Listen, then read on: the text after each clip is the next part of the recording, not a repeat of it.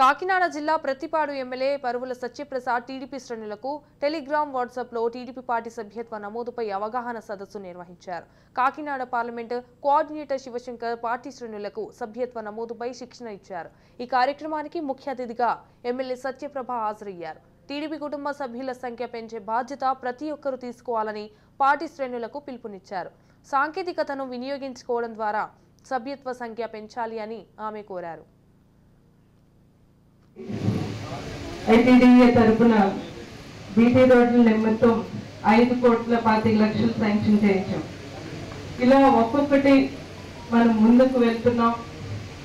ప్రతి సమస్యని దాటుకుంటూ మనం అది ఎలా పరిష్కరించాలి, నాయకులతో దాన్ని ఎలా వివరించాలన్నది మీ అందరి సలహాలు తీసుకుని, మీ అందరి అభిప్రాయాలు తీసుకుని ముందుకు వెళ్ళి ఖచ్చితంగా మనకి కావాల్సింది మీ అందరి సహకారం.